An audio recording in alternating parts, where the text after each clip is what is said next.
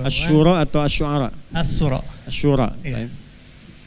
Ayat 30 mengatakan bahwa dia akan manusia itu akan mendapatkan musibah tergantung pada perbuatannya. Itu enggak ada ayat begitu, itu terjemahan. Terjemahannya maksudnya. Ya. Artinya dengan seperti itu mengatakan bahwa apapun musibah yang terjadi pada seseorang itu karena perbuatannya sendiri. Padahal katakan bahwa musibah itu terbagi atas 3, bisa karena ujian, bisa karena Tahu dari mana Bapak ada 3 musibah itu? Jangan disimpulkan, pertanyaannya apa? Ya, artinya maksud saya bagaimana menghubungkan antara yang tadi, apakah dia ujian, apakah dia suatu laknat atau yang lain dengan ayat yang tadi. Bagaimana juga dengan takdir, karena kita ketahui misalnya sudah, musibah itu cuma ada 2. Musibah itu asalnya semua yang kita alami, kullama asabana fahuwa musibah. Baik, semua yang kita alami. Bapak sekarang promosi jabatan itu musibah juga. Ya, semua yang kita alami itu musibah. Yang kita alami dalam hidup sebagai ujian dari Allah itu musibah. Ada yang sifatnya menyenangkan. Misal, Khalifah Umar bin Abdul Aziz ketika diangkat itu kalimatnya inna lillahi wa inna ilaihi raji'un. Baik ya, mengamalkan firman Allah Subhanahu wa taala di Al-Baqarah ayat 156, alladzina idza asabathum musibah qalu inna lillahi wa inna ilaihi raji'un. Jadi jabatan itu ujian. Dapat harta juga ujian. Ya, kalimatnya apa? Inna lillahi, ini kan milik Allah. Satu saat akan dihisab, kan? Dapat ilmu juga musibah. Nah, ada yang kedua jenisnya, ujiannya berupa hal yang tidak biasa kita rasakan, melahirkan duka cita, misalnya meninggal, ya, kekurangan harta, walanabluwannakum bisyai'in minal khawf wal ju' wa naqsin minal amwal wal anfus wath thamarat, ya. Hanya kadang begini sifat manusia itu, menyadari ada masalah, ada musibah, diasosiasikan selalu pada yang kedua, sehingga pada yang pertama itu merasa seakan-akan bukan musibah. Nah, kenapa itu bisa muncul? Karena perspektifnya memahami musibah itu hanya dikondisikan pada bagian kedua ketika ia datang pada hal yang tidak disukai saja. Ya, padahal semua yang kita alami pada hakikatnya musibah, dua-duanya ujian untuk menguji kita, siapa di antara kita yang bisa memaksimalkan potensi kebaikannya di hadapan Allah. Jadi ketika ada kebaikan itu syukur, ketika ada duka ada sabar di dalamnya. Jadi dua-duanya netral, Pak. Makanya Nabi mengatakan ajaban li amril mu'min, orang beriman itu sungguh bahagia, sungguh hebat perkaranya karena dia bisa memandang semua hal itu sama, netral. Ketika dia mendapatkan kebahagiaan dia bersyukur, dan ketika diuji dia bersabar. Jadi semuanya merasa ini ujian Allah saja. Saya cuma jalani sampai saya meninggal. Jelas sampai di sini ya. Nah, apa kaitan dengan surat Asy-Syura ayat ke-30 tadi? Pada hakikatnya nggak mungkin diuji kecuali karena perilaku kita juga. Bapak misalnya milih pekerjaannya apa sekarang? Saya dokter. Dokter. Maka ujiannya di bidang kedokteran, Pak. Nggak mungkin ujian di bidang kepolisian. Nggak mungkin ujian di bidang kemiliteran. Pasti ujiannya di bidang kedokteran. Itu yang dimaksud pilihan hidup kita itu, disitulah ada letak ujiannya. Demikian juga hal-hal yang terkait dengan hal negatif. Orang yang korupsi, pasti ketika dia korupsi tertangkap, di penjara, yaitu bagian dari musibah dia. Dimaka sabat aidikum, ya, itu sebab dari perbuatan kalian sendiri. Jadi yang dimaksud ayat itu ada 2 bagian. Satu, pilihan hidup kita akan mendatangkan ujian bagi kehidupan kita yang sesuai dengan pilihan hidup kita. La yukallifullahu nafsan illa wus'aha. Jadi kita pilih di kedokteran, Allah akan uji dengan sifat-sifat kedokteran. Saya memilih di bidang keulamaan, ya ujiannya seperti ini. Ya, Anda di bidang apapun ujiannya akan sama. Nah, dan kembali kepada apa yang kita lakukan. Dan perilaku kita yang kedua itu juga menentukan jalan ujian kita.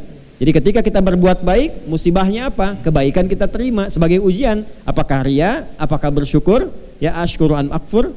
Yang kedua, kalau diberikan hal yang kurang baik, apakah dia bersabar atau mengeluh? Ya, nanti kembali kepada sifat-sifat tanah pada diri manusia. Ya, kalau sering mengeluh, ya, sering bertikai dengan orang, nah itu mungkin lahirnya dari tanah sengketa, gitu ya. Nah, kalau suka nimpakan beban pada orang, mungkin bebannya lahirnya dari tanah longsor itu, ya.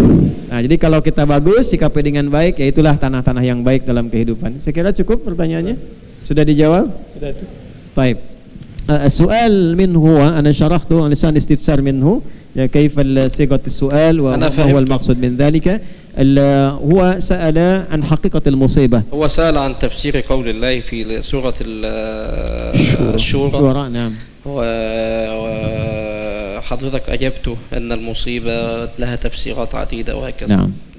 في إضافة فضل شيخنا. أحسن الله إليك. الله يبارك فيكم شيخنا. في نعم ada yang lain terakhir. الإضافة فقط. تفضل. أن يسلم الإنسان دائما لله سبحانه وتعالى. دائما في أمورك كلها سلم أمرك لله سبحانه وتعالى. يعني لأن عندنا من أركان الإيمان أن تؤمن بالله وملائكته وكتبه ورسله واليوم الآخر وأن تؤمن بالقدر خيره وشره. فأمور كثيرة الإنسان لا يكون له دخل فيها وكان ذلك في الكتاب مسطورا. وهناك يعني كل هذه الأمور كتبت للإنسان يعيشها وهو جنين في بطن أمه. إذن الإنسان يسلم أمره لله سبحانه وتعالى ويؤمن بالقدر خيره وشره لأنه ركن من أركان الإيمان. Barakallahu fikum, ahsant. Ini tambahan yang sangat bagus nih Pak, untuk kita semua, untuk Ibu juga. Cara paling gampang ngatasi musibah itu, kita qanaah dan serahkan semua itu dengan menerima sebagai ketetapan Allah, apapun bentuknya. Lalu cari solusi yang terbaik sesuai petunjuk Allah untuk mengatasi itu. Itulah definisi sabar yang sesungguhnya. Dan ini bagian dari iman pada tingkat yang tertinggi, pada yang keenam. Seperti tadi disebutkan dalam hadis Muslim nomor hadis yang ke-8 dari Umar bin Khattab radhiyallahu taala anhu, ketika Nabi sallallahu alaihi wasallam ditanya, ya itu kan hadisnya panjang sekali itu.